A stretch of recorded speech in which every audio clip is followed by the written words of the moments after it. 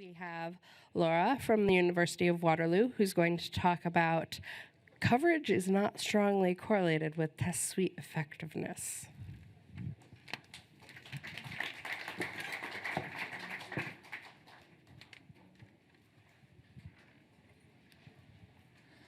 All right, good afternoon, everyone. I'm going to start my talk today with an assertion. High coverage does not imply high quality. In the next 10 or so minutes, I'm going to try to convince you that this is true. But first, let's take a step back. Why do we use coverage at all? Well, we want to get the bugs out of our programs, and we write tests to do this. But if we're not finding bugs, it's not immediately clear whether the program is just very good and there aren't many bugs to find, or whether the test suite is very bad and it's just not doing a good job of finding those bugs. So what we'd really like is some way to estimate the fault detection ability of a test suite. And coverage is often recommended for that purpose. But is it really a good way of measuring test suite quality? Well, a number of studies have been done to try to answer this question. The results have been mixed. The studies indicated with the green check mark found that there is a relationship, there is a correlation between coverage and effectiveness. One study indicated by the red X found no relationship, and the others, marked by black tildes, found mixed results. So the relationship depended on the coverage type, the program type, or some other variable. But there were a few other problems with these studies. First of all, only the two most recent studies used real software. Prior to that, they'd all been using small toy programs, 100 lines of code, that sort of thing. And so it's really not clear that any of these findings generalize to real software. Second, some of the studies used unrealistic suites, and I'm grouping two different ideas here. Some of the studies used test suite generation tools to make the test suites that they evaluated, and some of them didn't consider. Actually, no. It was mainly just the generated test suites that were the main problem here. Although some were also 100% coverage, they were known as adequate test suites, and those adequate ones are not common in practice. You don't usually see suites with 100% coverage. So again, it's not clear that results on adequate test suites or on generated suites will generalize to more realistic test suites. And finally, some of the studies do not control for the number of tests in the suite. And this is important because the way you increase your coverage is by writing more tests. And when you write more tests, you catch more bugs. But it's really not clear if you're catching more bugs because the coverage increased or whether it's just because there are more tests. So we wanted to do a new study that took all these things into account. We started by picking 5 realistic programs on the order of 100,000 lines of code. And the one I'm going to talk about primarily today is the Clojure compiler, which many of you are probably familiar with. These still aren't the largest programs you'll see in industry, but Clojure was around 700,000 lines of code, I think, at the time of the study, so they're respectably sized. And like I said, we wanted developer-written test suites. However, we wanted more than one data point per program, which meant we need some way of creating test suites that wasn't a generation tool. So we did this by randomly selecting test cases without replacement from the suite that came with the program. So first we made suites of size 3 by taking 3 test cases, then suites of size 10, 30, 100, and so on. We made 1,000 suites of each size so that we could get statistical significance out of the results. Next, we measured the coverage of each of these suites that we created using the tool CodeCover. We measured statement coverage, decision, also known as branch coverage, and modified condition coverage. MCC is not very common in practice, so you may not have heard of it, but it's a stricter coverage criterion. It's pretty difficult to satisfy, so we wanted to see if there were any differences between something like MCC and something like statement coverage. The final step was to measure the effectiveness of the suites, and this is a little bit less straightforward. So we did it with mutation testing. Now, if you're not familiar with mutation testing, or if Yvette's mom is still watching, in mutation testing, you make small syntactic changes to the program under test, and then you run your test suite on each of these new programs, these mutants, to see if it can detect the fault that you injected. If the test suite can detect a large proportion of these mutants, it's considered to be a good suite. Now, this might seem a little bit artificial, but it has been shown to be representative of the suite's ability to detect real faults. So to briefly recapitulate, we selected 5 large-ish real programs, made test suites through random selection, and measured the coverage and effectiveness of those suites. So let's go ahead and look at the data for closure. Here we're looking at all sizes, so we're completely ignoring the effective suite size. We have coverage on the x-axis from 0 to 100%, and effectiveness, so percent of mutants detected, on the y-axis, again from 0 to 100%. The color of the points indicates the coverage type. So the green that's furthest to the left is MCC. In the middle, the pink color is decision, and blue is statement. So when we ignore size, we actually see some nice diagonal lines here. There's a good relationship, right? But if we look at only the size 3 suites, suddenly we just have a big cloud of points. The coverage isn't telling us very much. If we move up to size 10, well, the average coverage increases, the average effectiveness increases, as you would expect because there are more tests. But again, we have kind of a cloud of points here. No nice relationship is visible. And this continues as we move on through the size 30 suites, the 100 suites, and so forth. The point clouds become more dense as we move on because there's less variation in the larger suites, but at no point do we ever see that nice diagonal line. So this brings me to the first result from our paper, which is that coverage is not strongly correlated with effectiveness when suite size is controlled. To really clarify this distinction, I'm going to show you another graph here. The red line on this graph is the total revenue generated by arcades in the United States. The blue line is the number of computer science doctorates awarded in the United States. These 2 variables happen to be correlated with a very high correlation coefficient, 0.98. But it's almost certainly the case that there is not a causal relationship. They probably both depend on some other variable, like the size of the population.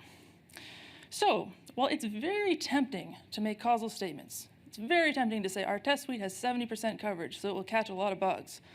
This is equivalent to saying arcades made $2 billion last year, so a lot of PhD students will graduate.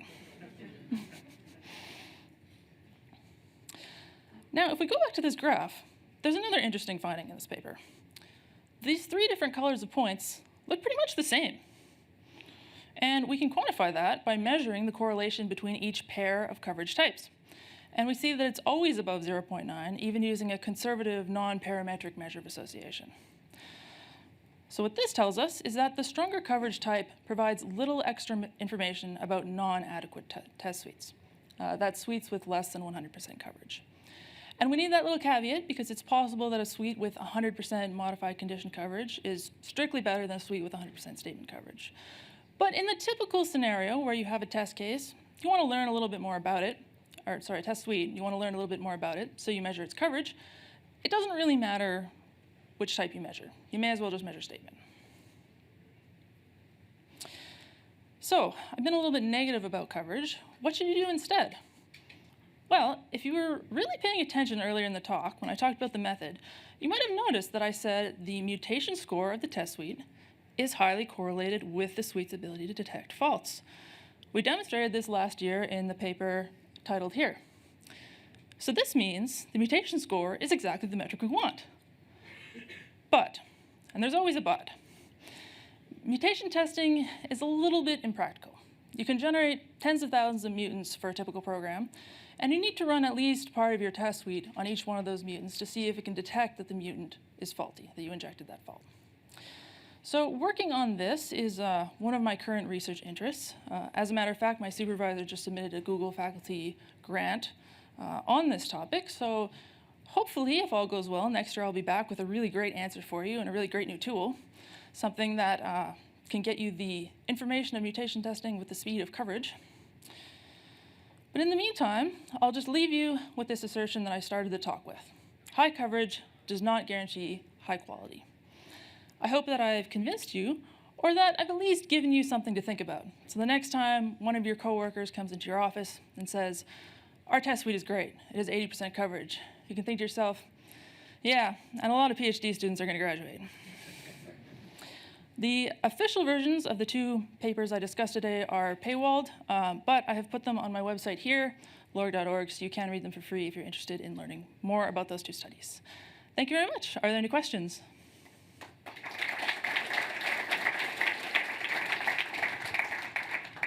Thanks, Laura, and thanks for my mom, too.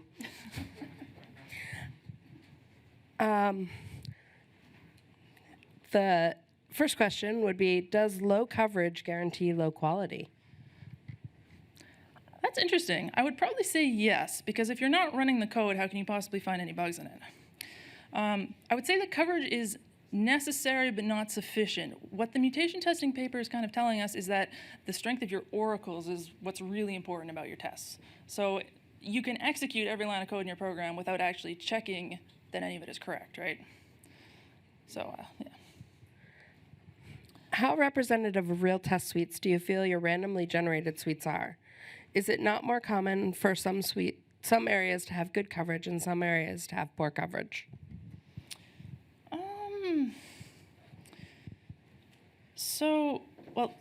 We didn't exactly use randomly generated because we didn't generate them. We picked the test cases. But if you just mean, is that representative? It's somewhat representative and somewhat not. So if you look at testing textbooks, they'll say, okay, developers, this is how you are supposed to test. You find the area with low coverage, you go write a test for that. Or they give you some very deterministic method of producing tests. And in practice, you test a little more randomly than that, right? It's, oh, I wrote a new feature, I'll write a test for this. I found a bug here, I'll write a test for that. In practice, yes, you would see a lot of tests for some spots and less for others. But unfortunately, there's a limit to how realistic you can get when you want to have 1,000 suites for each program. You know, you can't get people to sit down and write 1,000 suites. So.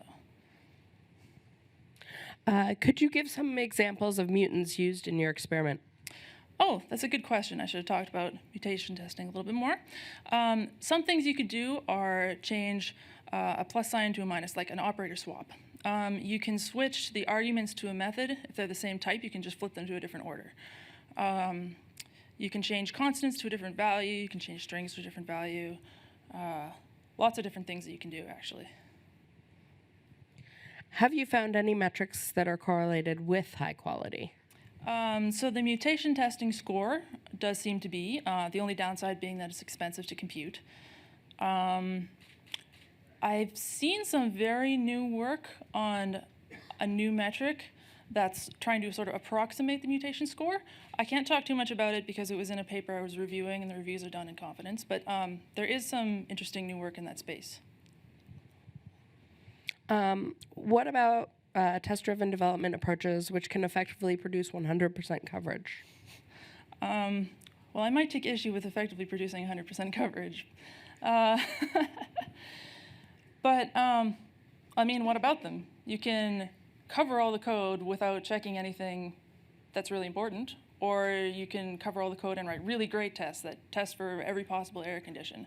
So they can be good or bad, just like writing tests after the fact.